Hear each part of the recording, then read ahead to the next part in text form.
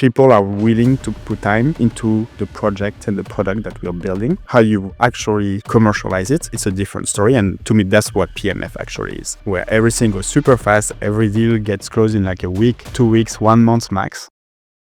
You launched in 2020. Now you're valued at over $1 billion.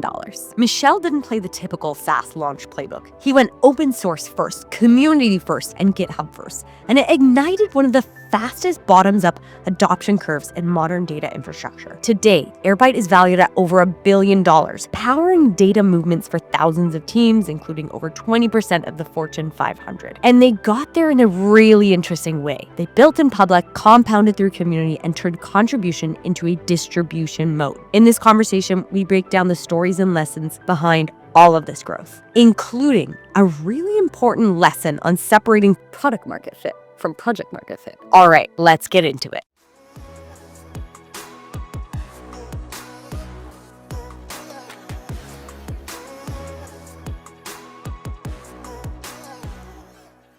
Michel, welcome to the podcast. Thank you for having me. Great to be there. It is a pleasure, and it hasn't been long since we saw each other, earlier this week, in fact, so it's great to see you again. Yeah, no, that was a good event. Like that was the TechCrunch one. That was very, very solid. Yeah, that was great, and your session was highly attended, so Yeah. sounded fantastic. Excited to pick your brain a little bit more intimately than at the event itself. And you launched in 2020. Yeah. Now you're valued at over $1 billion. Mm-hmm. Take us back. We want to know the how behind this type of growth. Yeah. And before we even get started from the beginning, a lot of our audience aren't engineers. A lot of operators, a lot of founders. Give us a high level of Airbyte. What does Airbyte do? Kind of the two-liner for everyone listening. Yeah. So Airbyte is an open data movement platform, meaning that we can take any pieces of data across any system and we can deliver it into a place where it will deliver value. So a very strong use case is going to be everything related to analytics. How do you go across your company, look at all the services that you have, all the data sources that you have, all the silos that you have, and how do you make it seamless to move that data into a warehouse so that your analytics team can actually extract insight from it and make decision from it. And that's really how we started. There is a ton of use case when it comes to moving data. You know, we're talking about agents these days. Is like, how do you get the data into agents? So that's very much what the very high level value of Airbyte is. Super helpful. And now let's go back to the beginning. You launched on GitHub. Why open source as opposed to a traditional product launch? Yeah. So when you're thinking about, let's take the analytics use case as an example. You go from like the outcome you want to drive, which is I want to be able to understand my business. The first thing you think about is, okay, I will need to have dashboards. I will need to have a team. I will need to have a warehouse.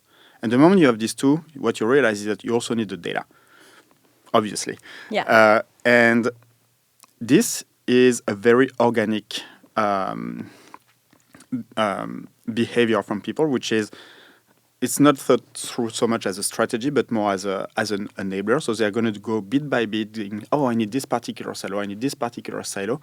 And it is very hard to actually think about the pain that it will be if you build it yourself, or it will be very hard also to find platforms that can support every single silos that you have.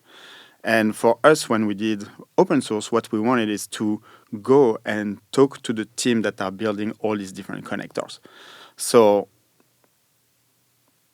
when you're an engineer and you're being asked, oh, I need Stripe data to be in the warehouse, the first reflex that an engineer will have is go online, check how do I move data from Stripe, Salesforce, HubSpot, you name it, into my warehouse.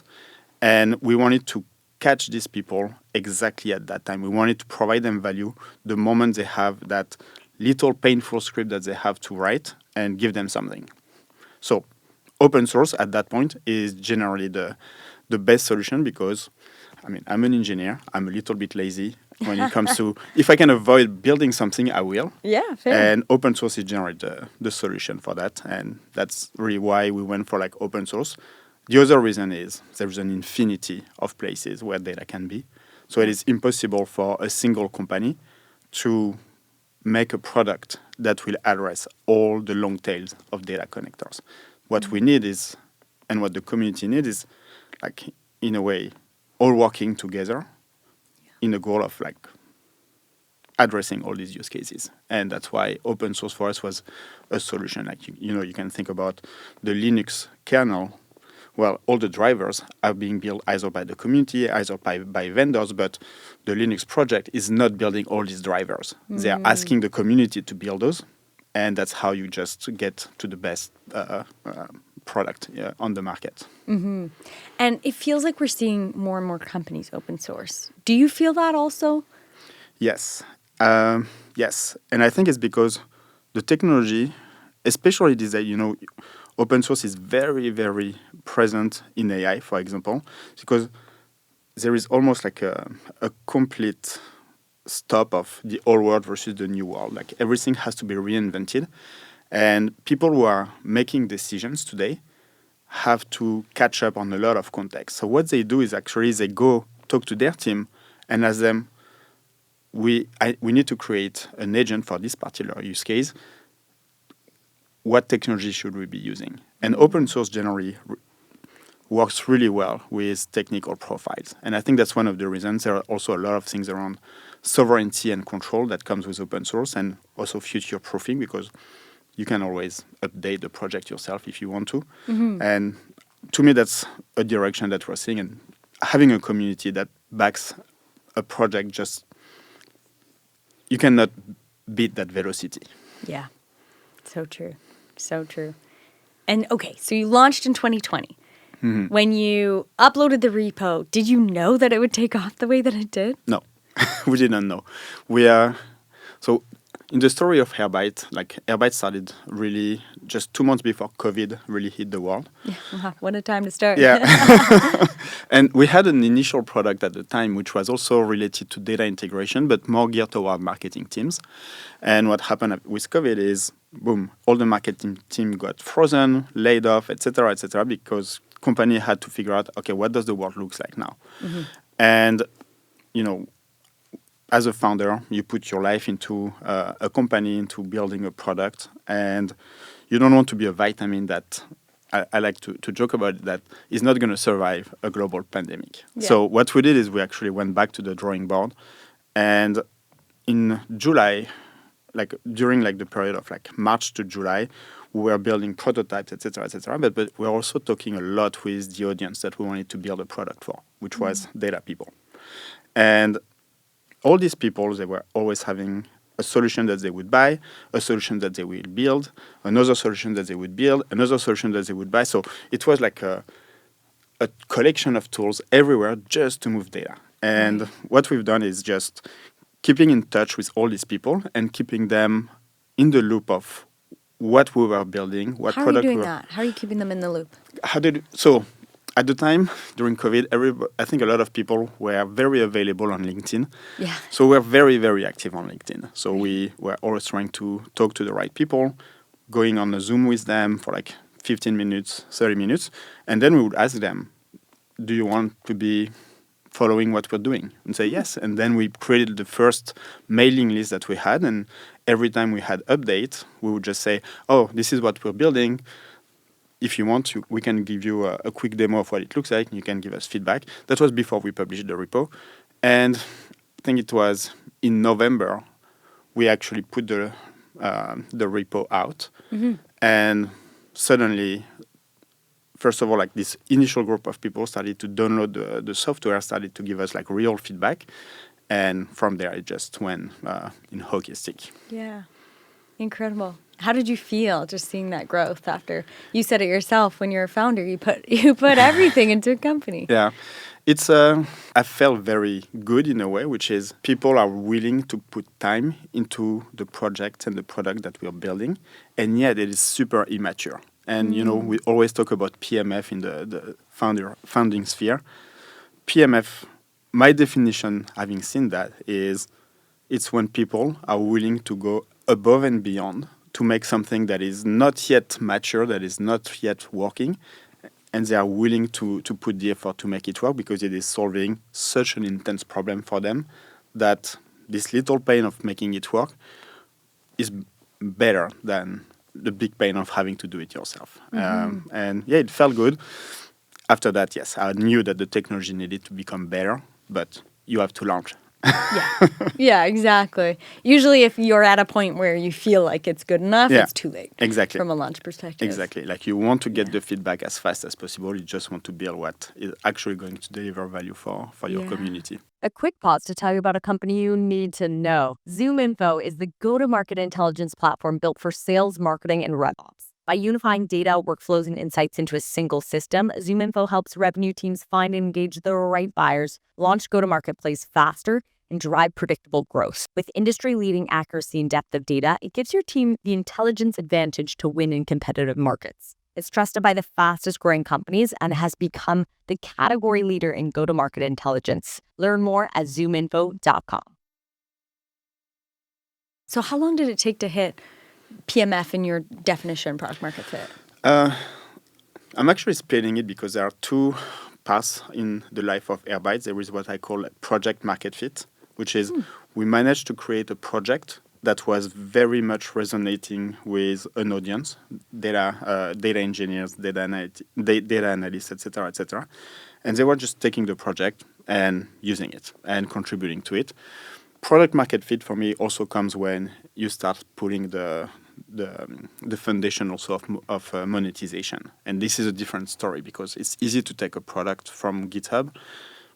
How you actually commercialize it, it's a different story. And to me, that's what PMF actually is. So I would say open source was project market fit. Got it. Okay. Well, take us through a little bit of the evolution then, because you got project market fit. What kind of go-to-market decisions did you make along the way that helped you to get to product market fit from project market fit? We were not using regular channels. It was all about content. I mean, at the time, content marketing was a thing, but I don't think it was as popular as it has been like in 2023, 2024.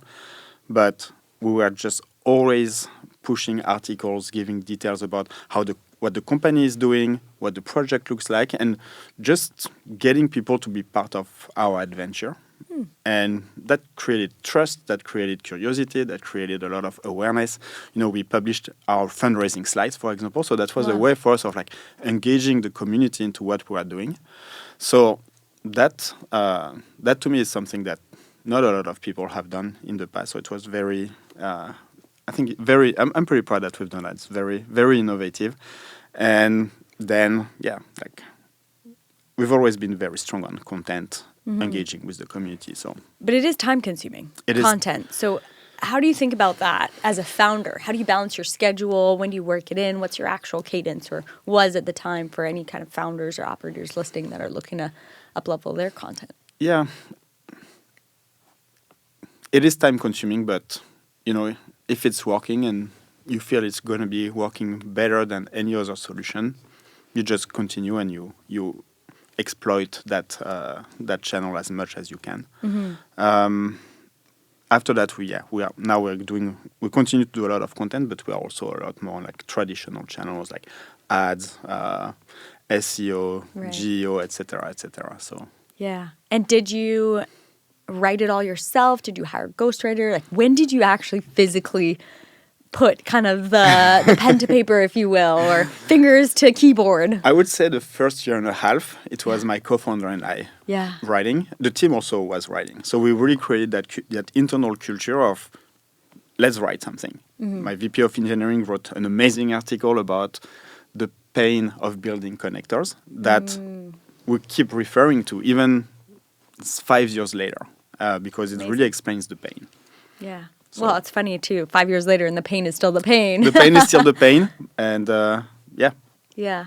Incredible. Okay. So you leaned into content early, and that helped, it sounds like, create a bit of a tribe. And you have a very strong following of people that are passionate about the product and the space and the solution that you've built. How did you think about actually taking that interest generated from your content and other means and turning it into more of a community motion? Yeah.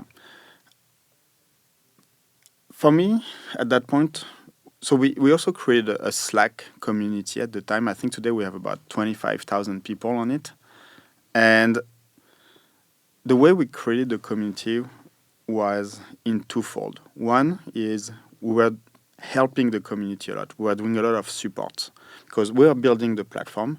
Yeah. And so every time someone had an issue, that was a product feedback for us. So we spent a lot of time in 2020, like end of 2020, beginning of 2020, like all of 2021, and we continued after. But that was very, very intense, a year and a half, where we were always on Slack.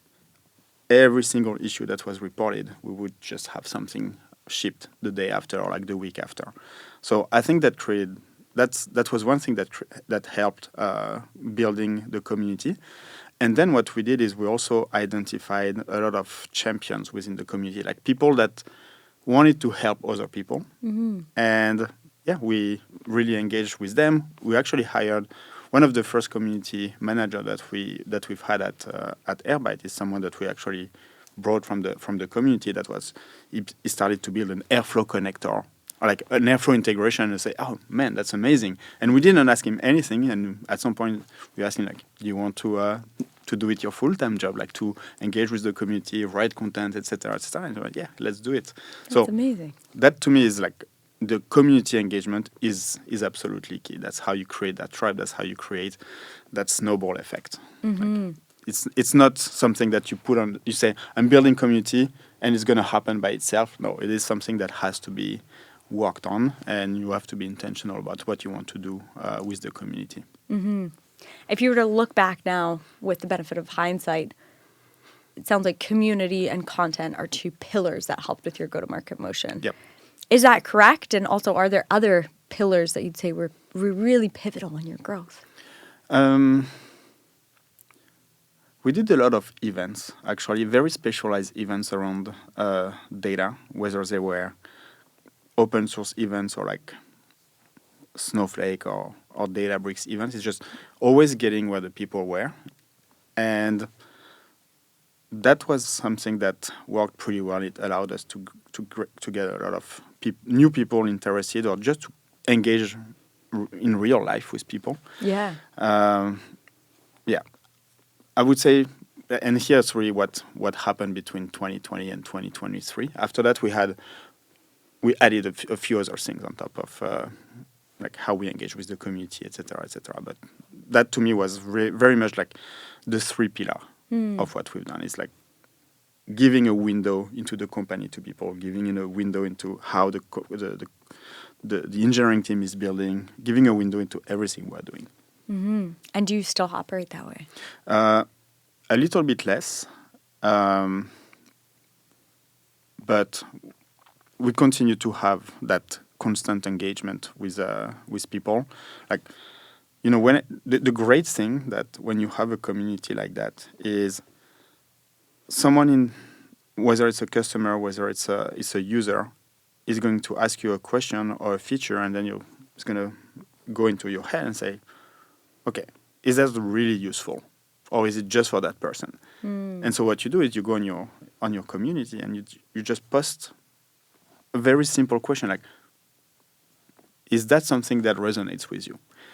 And in 30 minutes, you have like 100 people that are replying yes, no, yes, but in that way. So it really accelerates how you do product discovery, how you do product development. So that's more like how we've changed a few things along the way. It's like we're leveraging the community a lot more for like what new features we should be building, rather than really the core value proposition of Airbyte. Right. It's a feedback loop, Yeah. essentially. Yeah. Great. And a very, very rapid one, too. Yeah, very rapid one. So content, community events, pillars that you did incredibly well to reach the point you are now. There's always the other side of the story of, you know, what were the areas that didn't quite hit as well, or almost the near-death experiences along the way that every startup goes through? Yeah. So, as I said, like the beginning of how we are engaging with the community was a lot of support, like helping them be successful with the product. And there was this moment where, even in how we were working, our community became very much of a like support channel rather than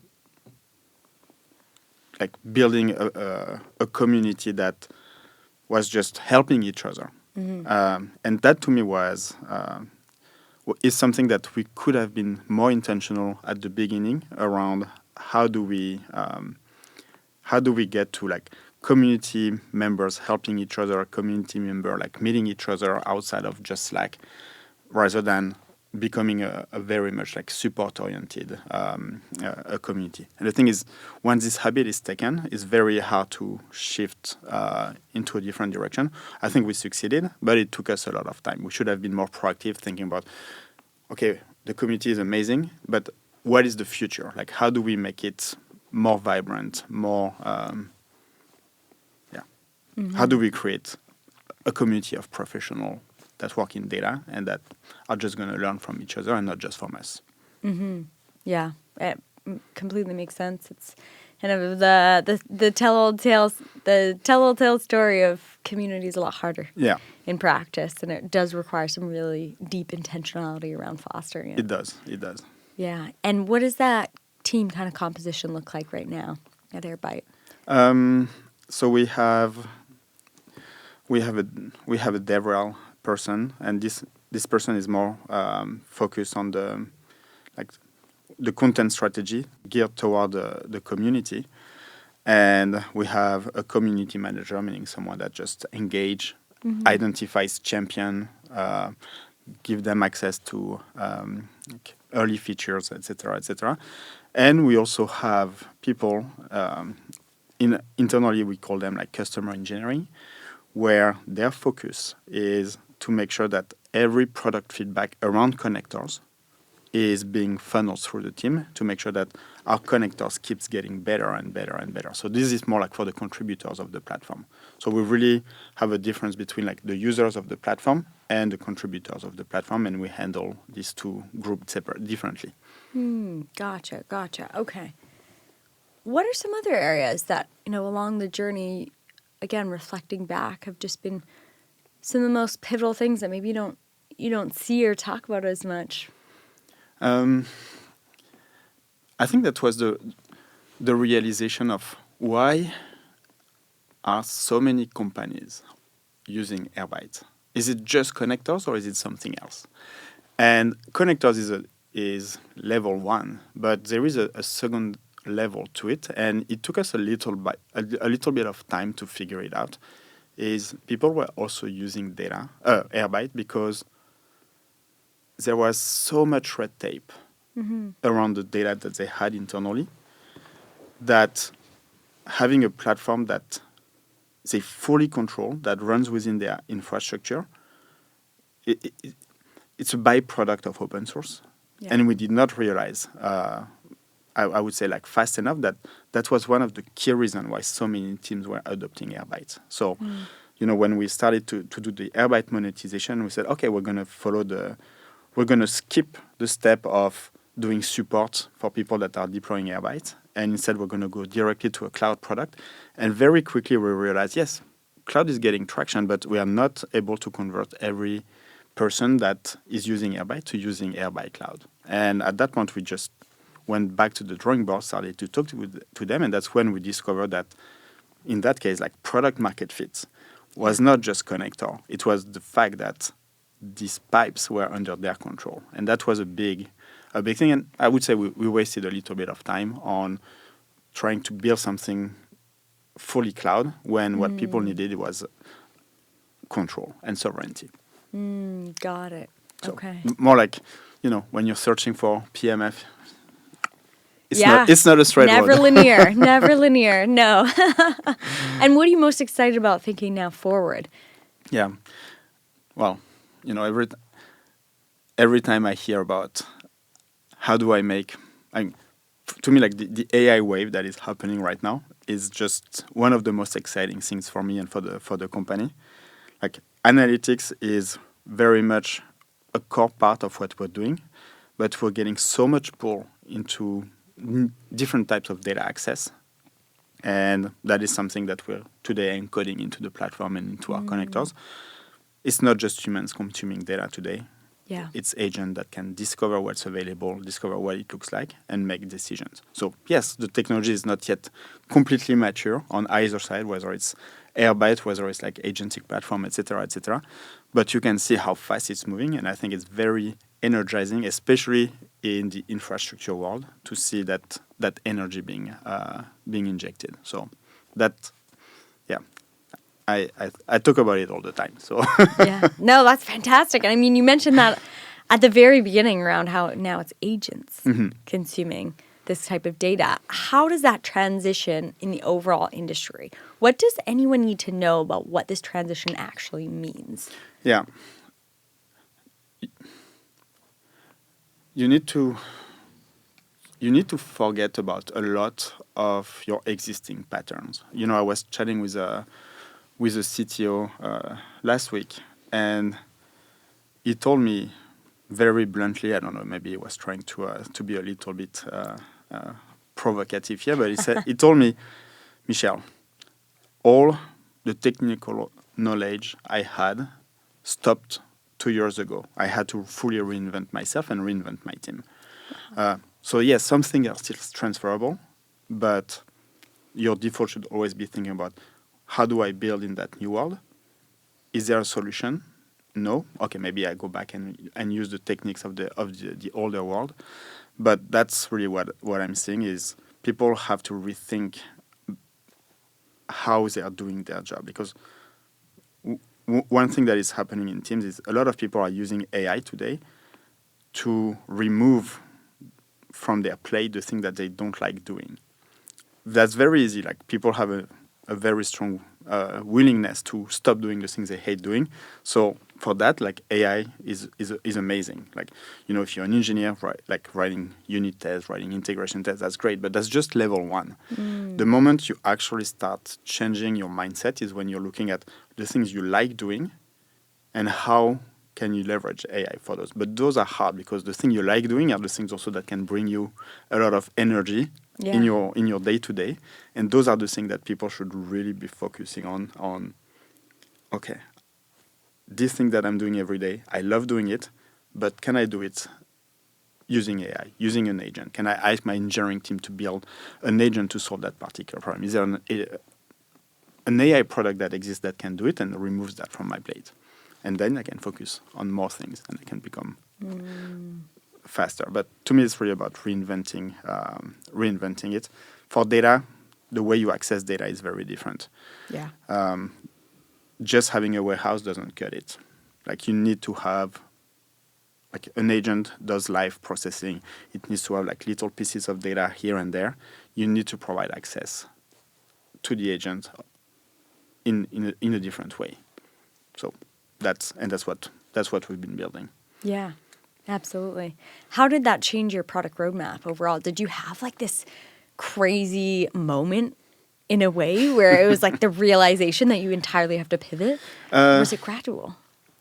I wouldn't say it's a pivot, because it's more like an extension, but also sometimes we like to talk about replatforming, which is we've built the platform for like a specific use case and a specific course, but there are new ones that are coming that are going to pick up massively over the next few years, and we need to be thinking about taking all the learnings that we've had here and how do we think about replatforming it to just have a larger breadth of use case. So that's more how we're thinking about it.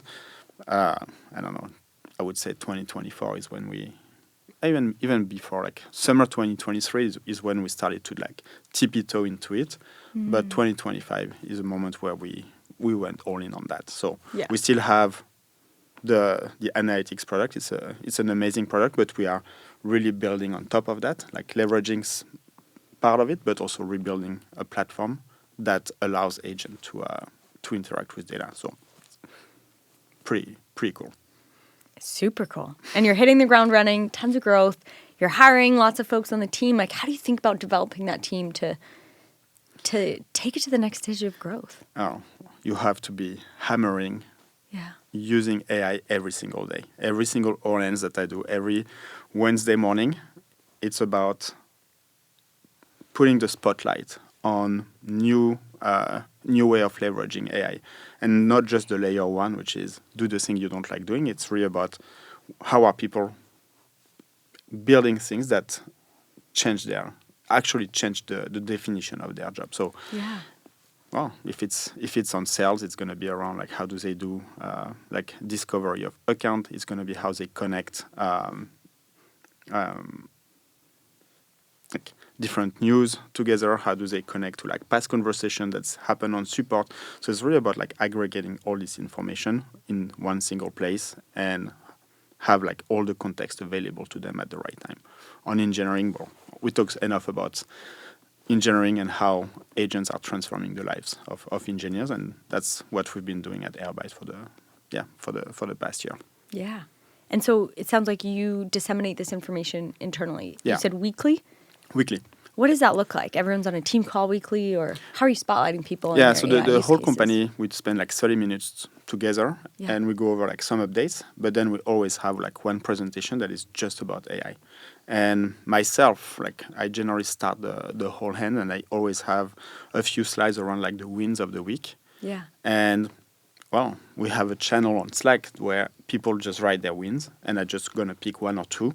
And that's why I mean like putting the spotlight on specific individuals that have done something innovative with it. And I think that creates like a good dynamic. Like people wants to be on the win slide, etc., etc. So it creates a little bit of like internal competition. Yeah, internal competition and also ideation. Exactly. I find And sometimes the ideation, biggest yeah. blocker is the inspiration and ideation around, well, like, what can I actually do Yeah. with AI? Exactly. So seeing other people's use cases is helpful. So that's why like it's always a topic every single week. And then we have like tons of sharing channels where people just every day. We have one that's called My Life with AI. And every day there are like 10, 20 posts on it of people saying like, oh, Claude Code was terrible on this one. Oh, Claude Code was amazing on this one. And people just build that context internally on like what is good at today, what is becoming good at today, etc., etc. So like you need to create like this very, very strong connection. It's such a cool period of time. It's like a level setting where no matter how senior you are, everybody's on the same learning plane, Yes. which is so, so cool. Yeah, and that goes back to what my friend was telling me. Yeah. My knowledge, I need to just relearn. Relearn. That's a good way of putting it. We're all relearning, Yeah. rewiring ourselves. Rewiring, yeah. And Michel, you have a technical background. You're a technical founder. What was it like to build a go-to-market engine as a technical founder? Very good question. So the first thing is I'm not alone in this adventure. My co-founder Yes. is a little bit more on the marketing team, on the marketing side. He was actually in a way, he was the first DevRel of Airbyte. So we were working together on like technical papers and technical articles, but otherwise he was doing a lot of the heavy lifting when it comes to writing content. I go for like I understand pretty well like the psychology of users. So we started with a very, very strong bottom-up motion. And this is a place, like even if I don't have experience like building a go-to-market engine, we did pretty well at building that bottom-up motion. Yeah. The place where I needed a little bit more support was on like how do we do the top-down? How do we go toward enterprise? And How did you get that support? so I actually hired a CPO that had been working solely on enterprise companies. But I took someone that is not just a product person, but really someone that has a lot of breadth in terms of like both product, but also like how do you actually create this engine, this enterprise engine. So to me, that was the first step there. It started in 2024, I believe. Yeah, that was January 2024. And from there, we started to like bit by bit build the enterprise engine, starting small at first because you need to learn. Yeah. And yeah, when all in there at the beginning of the year, because 2024 is really when we launched the enterprise product, and very, very quickly picked up. So we had to expand there. We did do a few mistakes along the way, which is selling to enterprise takes time.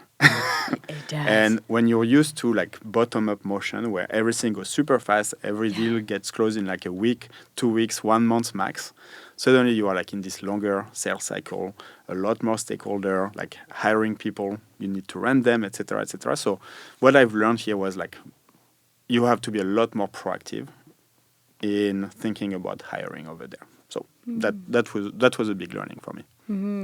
And the ramp time, proactive, do it earlier. Would Yeah. that be the Early- distilled earlier, lesson for everyone? Yeah, while still being like because it takes like 6 to 9 months to actually deliver, you want to also hedge your bet a little bit. But that's the idea. Like it's not gonna happen from 1 week to the next. It's gonna take a lot more time. That's a great piece of advice for anyone listening too. Yeah. Because most of the time, companies are wanting to go a little bit more enterprise, and Yeah. it's challenging to cross that chasm Yeah. unless you're intentionally planning for it, which sounds like a big lesson on your side. And there are more physical limits. When you go Right. bottom up, there is a lot of things that you automate. Like you have self-serve, you have like a very automated sales cycle. But when you go to enterprise, well, it's a lot of like human time. Yeah. So yeah. And did you feel like you went enterprise? Why did you go enterprise? I guess were you seeing signals, or was it that you wanted to go enterprise? No, we have about 20% of our of the Fortune 500 that are using Airbyte today. We're working like with like very big media company or banks, and I could feel like the lack of maturity of the team on like how do we sell to that audience, how do we sell the product, and also what is missing in the product. Like when you're selling to data teams, well, they have their own like requirements, but when you start selling like across different business units or across different teams, like there are suddenly a lot more things that you need to be adding to the product that are not directly tied to the value Yeah. that you provide, but that are actually tied to how this company actually buys software and actually leverage software. So that's why it's both on the go-to-market side, but it's very tied to the product. Okay. Michel, you raised your Series A 2 months after your seed round. Take us through that process. Yeah.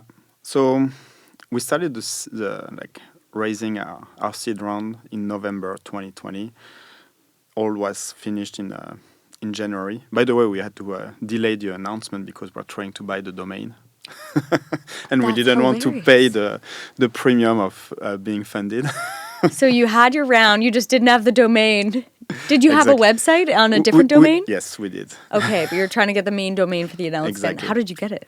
Did you have to just fork out the money, or did you negotiate? No, but we had it for like a good price. Okay, but perfect. Got it. Secure. Lots of tractation here. Yeah.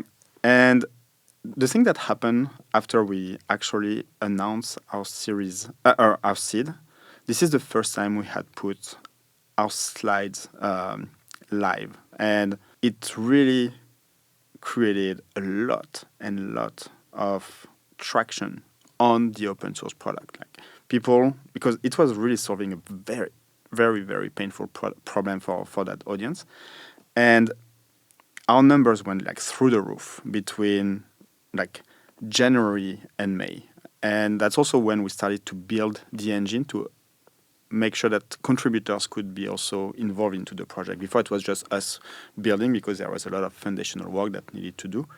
But we opened up the repo for external contribution. I don't know, it was around March or beginning of April, and it picked up really fast. And I think at that point, when you see an industry that is moving so fast, like data, at the time it was not even AI, it was just data. You see that, boom, suddenly we are present in like 5,000, it was a little bit less. It was maybe 1,000 different companies after just releasing the repo for like a few months.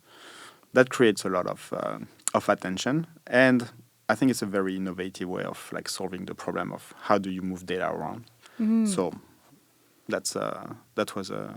I think they did a good move, like going for like, and we did a good move on raising the Series A here, and it also allowed us to just invest more into growing the community. So, are there any drawbacks to doing that? yes. A lot of companies are evaluating timeline, and we speak to many companies and advise them around timelines. And 2 months is very quick. Yeah. Now, what are the drawbacks or the pros to doing so?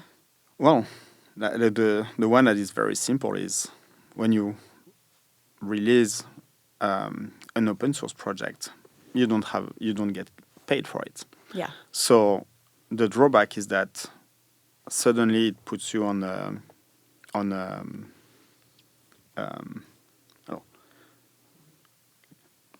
the expectations are high. I would say that's pretty much it. But at the same time, when we raised the Series A, and even when we raised the seed, we chatted with these investors, and all the time we were picking the ones that had a very deep understanding of what it means to build open source. What does it mean to build an open source company? Because you don't do open source for the sake of doing open source. You do it because you have a strategy. And ours was very strong bottom-up awareness, building a standard.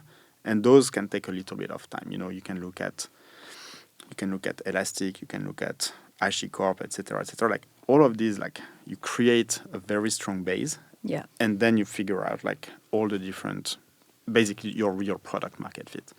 And so I would say like not like that's a risk of drawback. We did not have it because we had a very knowledgeable investor on that front. Got it. So it sounds like a learning for anyone thinking about this kind of strategy, or even just overall, would be alignment around expertise with your investor. Exactly. And okay.